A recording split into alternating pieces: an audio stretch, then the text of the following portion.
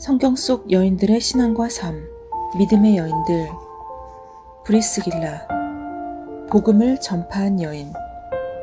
사도행전 18장 1절로 4절. 그 후에 바울이 아덴을 떠나 고린도에 이르러 아굴라라 하는 본도에서 난 유대인 한 사람을 만나니 글라우디오가 모든 유대인을 명하여 로마에서 떠나라 한 고로 그가 그 안에 브리스길라와 함께 이달리아로부터 새로 온지라. 바울이 그들에게 가매 생업이 같으므로 함께 살며 일을 하니 그 생업은 천막을 만드는 것이더라. 안식일마다 바울이 회당에서 강론하고 유대인과 헬라인을 권면하니라. 18절로 20절입니다. 바울은 더 여러 날 머물다가 형제들과 작별하고 배 타고 수리아로 떠나갈새 브리스길라와 아굴라도 함께 하더라. 바울이 일찍이 서원이 있었으므로 갱그레아에서 머리를 깎았더라. 에베소에 와서 그들을 거기 머물게 하고 자기는 회당에 들어가서 유대인들과 변론하니 여러 사람이 더 오래 있기를 청하되 허락하지 아니하고. 24에서 26절입니다. 알렉산드리아에서 난 아볼로라 하는 유대인이 에베소에 이르니 이 사람은 언변이 좋고 성경에 능통한 자라.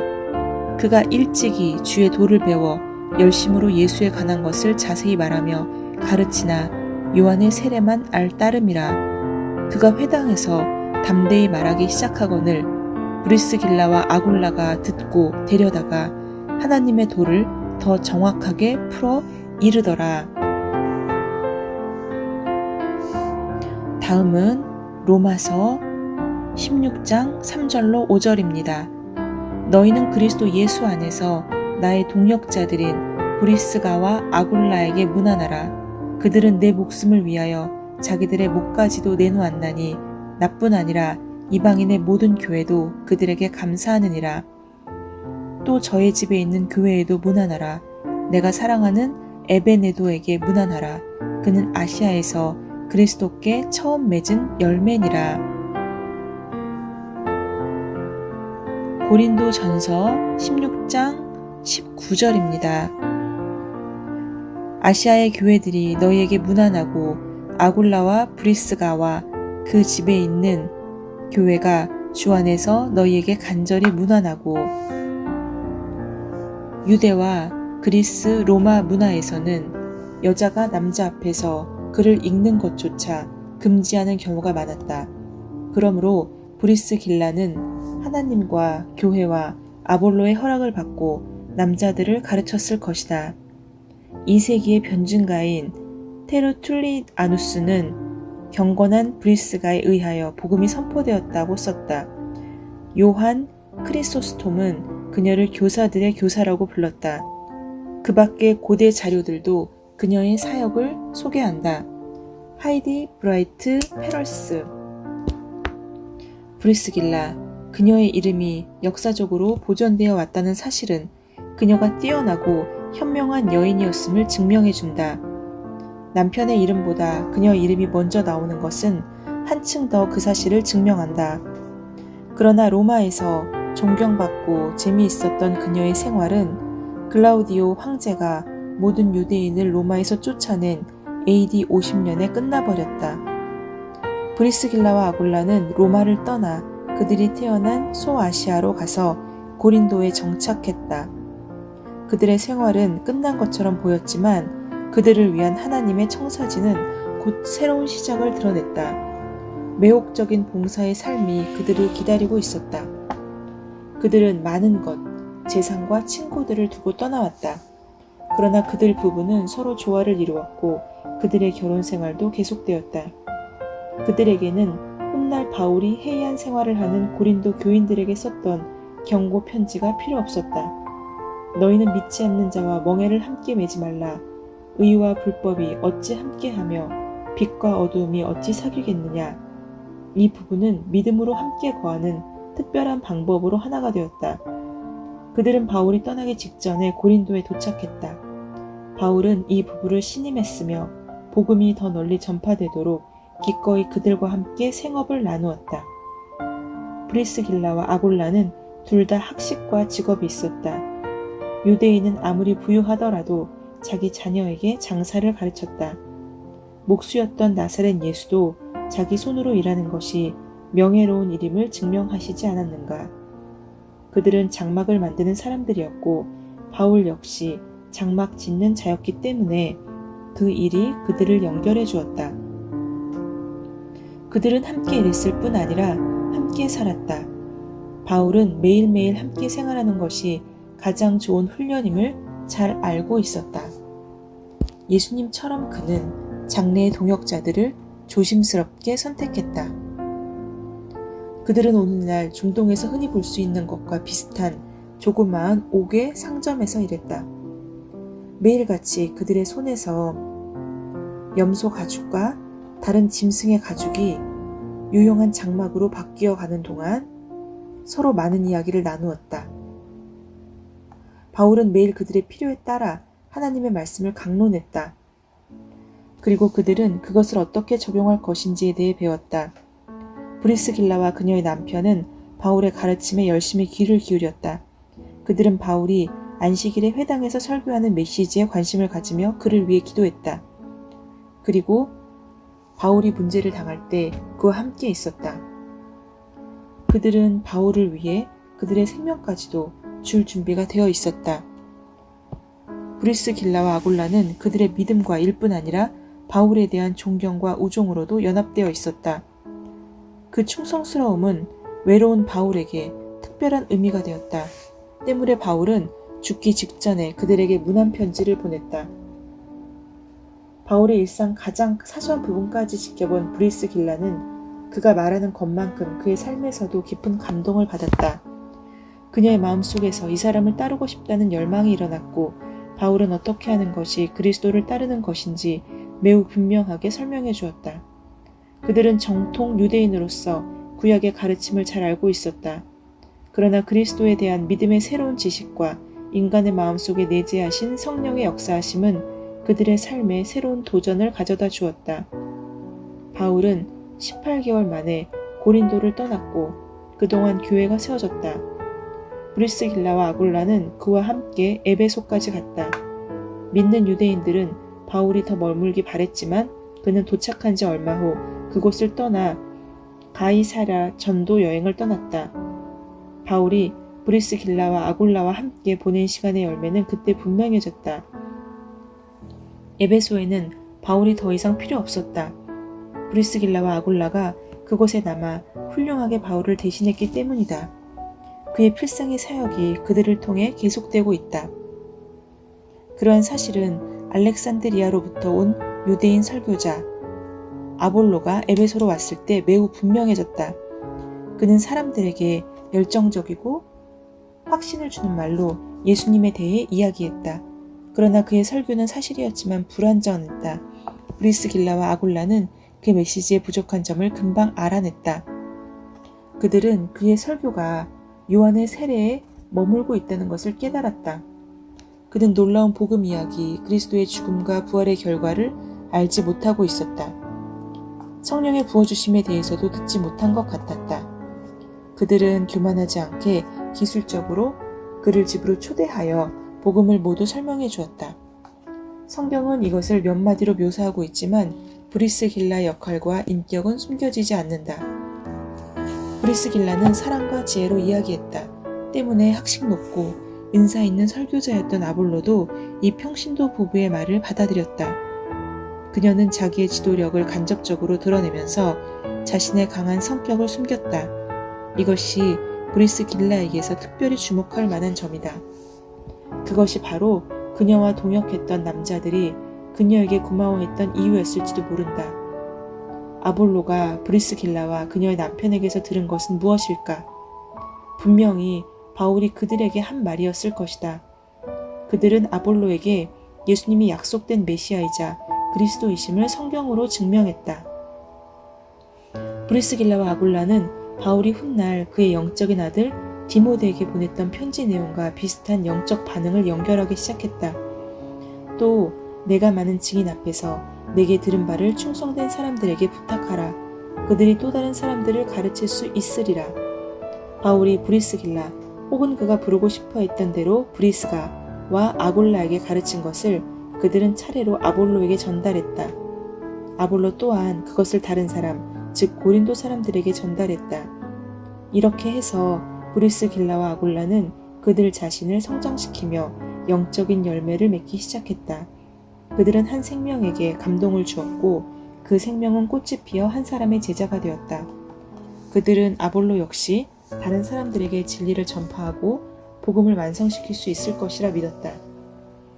실제로 바울이 소아시아로 돌아오기 전에 팔레스타인으로 여행하는 동안 브리스길라와 아골라가 에베소에 있는 그들의 가정을 열어서 교회를 세우는 동안 아볼로는 고린도에 있는 교인들에게 말씀을 전했다. 말씀의 씨가 준비된 땅에 떨어졌기 때문에 하나님의 말씀이 빨리 자라났다. 개인적인 양육이 성장과 새로운 생명을 가져왔다. 얼마 후에는 부부가 더 이상 에베소에 있을 필요가 없었다. 그곳에 세워진 교회가 그 일을 계속할 수 있었다. 하나님께서는 그들을 로마로 이끄셨다. 글라우디오는 죽었다. 로마에서 또다시 브리스길라와 아골라의 집이 그리스도인들의 모임 장소가 되었다. 이제 바울은 그들을 예수 그리스도 안에서 동역자라고 불렀다. 과거의 제자가 귀중한 동역자로 성장했다. 그들은 유대인들은 물론이고 유대인이 아닌 사람들에게까지 모든 교회에서 감사한 사람들로 기록되었다. 그들이 로마에 머문 기간은 짧았다. 아마도 네로 밑에서의 엄청난 핍박 때문이었을 것이다. 그러나 그들이 거기 있는 동안 또 다른 교회가 시작되었다. 그들이 가는 곳마다 사람들은 예수 그리스도를 믿게 되었고 삶이 변하며 새롭게 되었다. 그들은 에베소로 돌아왔다. 구전에 의하면 그들은 결국 단도대에서 순교했다고 한다. 로마 카톨릭 교회에서는 순교자의 역사 중 하루, 즉 7월 8일을 그들의 날로 기념하고 있다. 브리스길라는 뛰어난 여인이자 아내였다.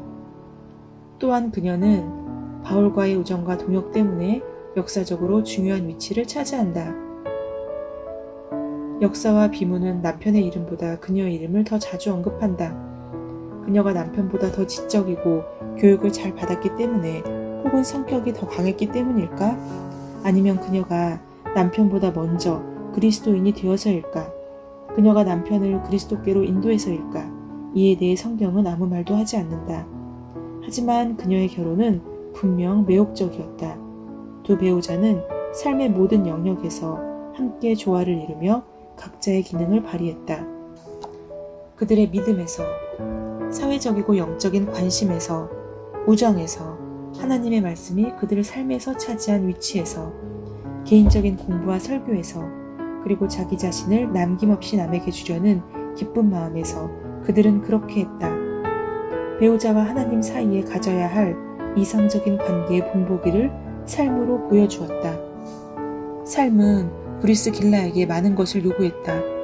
그녀는 거듭되는 새로운 상황에 적응하기 위해 언제나 힘을 내야 했다. 또한 그녀는 길고 피곤한 여행을 했다. 복음의 진전을 위해 목숨을 내놓았다. 지로는 매우 보기 드문 여인이었다. 남자들과 동등하게 일했고 사랑과 존경까지 얻었기 때문이다. 또한 브리스길라의 생애는 오랫동안 소홀히 다루어 온 것, 즉 복음 전도와 교회를 위해 가정을 제공하는 것의 가능성을 보여주었다. 바울도 브리스길라와 아골라로부터 그것을 배우지 않았을까? 그의 모든 문이 닫혔을 때 바로 그 방법을 사용했으니 말이다. 오늘날에도 브리스길라는 많은 사람에게 하나님 나라의 확장을 위해 그들의 가정을 열도록 영감을 불어넣어준다. 브리스길라가 역사적으로 남아있는 것보다 훨씬 더 중요한 것은 수세기 동안 그녀가 한 가지 이상의 방법으로 사람들에게 그리스도를 따르도록 도전을 주었다는 사실이다. 그녀가 죽은 지 수세기가 지난 오늘날에도 그녀의 삶은 복음을 선포하는 데 있어서 필요한 열매 맺는 생활과 결혼 생활의 비결을 보여주고 있다. 9월 16일 목요일 말씀의 실제를 나눕니다. 당신 입에 있는 말씀. 믿음으로 모든 세계가 하나님의 말씀으로 지어진 줄을 우리가 아나니 보이는 것은 나타난 것으로 말미암아 된 것이 아니니라. 히브리서 11장 3절. 오늘의 본문 구절에 나온 세 가지 중요한 단어가 있습니다. 바로 짓다, 말씀, 세계입니다. 짓다는 그리스어 카타르티조에서 번역되었으며 복구하고 고치는 것을 의미합니다. 세계는 그리스어 아이온에서 번역되었으며 이는 삶의 경로를 가리킵니다. 즉 이 땅에서 한 사람의 인생의 구조, 경영, 계절과 시기를 뜻합니다. 한편 말씀이라는 단어는 그리스어 레마에서 번역된 것으로 이는 특정한 사람에게 특정한 목적을 위해 특정한 시기에 주어진 살아있는 말입니다. 앞서 말한 것들을 종합적으로 살펴보면 우리는 아이온이 하나님의 말씀, 레마로 지어지고 고쳐지고 복구되었다는 것을 알 수 있습니다. 당신이 신약 성경에서 찾을 수 있듯이 하나님의 레마라는 표현은 하나님이 직접 말씀하신 것이 아니라 하나님이 사람의 마음에 말씀을 두어 사람이 말한 것을 의미합니다. 따라서 오늘의 본문 구절은 하나님이 아이온을 지으셨다는 뜻이 아닙니다. 이는 사람이 하나님의 말씀을 통해 그들의 세계, 곧 삶의 경로를 지었다는 뜻입니다. 그들은 레마를 말했습니다. 레마로 당신은 자신의 세상과 인생의 형태와 구조와 아름다움을 부여합니다. 당신은 당신 입에 있는 말을 통해 당신의 세계와 인생의 어떤 상태여야 하는지 결정하고 그대로 구축합니다. 오늘날 당신의 삶은 어떻습니까? 당신은 항상 증가하는 은혜와 영광과 통치의 삶을 원하십니까? 그 열쇠는 바로 당신의 입에 있습니다. 당신의 아이온에 현재 무엇이 있든지 상관없습니다. 고쳐야 할 부분이 있다면 고칠 수 있습니다. 복구가 필요한 것이 있다면 복구할 수 있습니다. 당신은 무너져버린 그 어떤 것도 고칠 수 있습니다. 당신은 당신의 영이 붙잡고 있는 하나님의 말씀을 읊조림으로 공포를 진압하고 당신의 세계, 삶, 가족, 도시, 나라 혹은 당신이 사랑하는 사람들의 삶에 마귀가 가하려는 악한 파괴와 혼란을 멈출 수 있습니다. 말씀을 사용하십시오. 말씀을 당신의 입에 두고 그것을 사용하여 적을 꼼짝 못하게 하십시오. 당신의 인생을 향한 하나님의 계획과 목적과 일치하도록 삶의 경로를 형성하는 데 말씀을 사용하십시오. 할렐루야. 오늘의 참고 문헌입니다. 오늘의 참고 문헌은 먼저 마가복음 11장 23절입니다. 내가 진실로 너희에게 이르노니 누구든지 이 산더러 들리어 바다에 던져지라 하며 그 말하는 것이 이루어질 줄 믿고 마음에 의심하지 아니하면 그대로 되리라. 다음은 여호수아 1장 8절 말씀입니다. 이 율법책을 내 입에서 떠나지 말게 하며 주야로 그것을 묵상하여 그 안에 기록된 대로 다 지켜 행하라. 그리하면 내 길이 평탄하게 될 것이며 내가 형통하리로다. 하늘에 계신 아버지, 나의 삶의 경로가 당신의 온전한 뜻과 계획과 목적에 일치함을 감사합니다. 나는 인생의 역경과 적을 이겼고 승리하였습니다. 내 입에 있는 말씀이 나를 승리자의 자리에 놓았습니다. 나는 상황을 통치하며 다스립니다. 예수 이름으로 기도합니다. 아멘.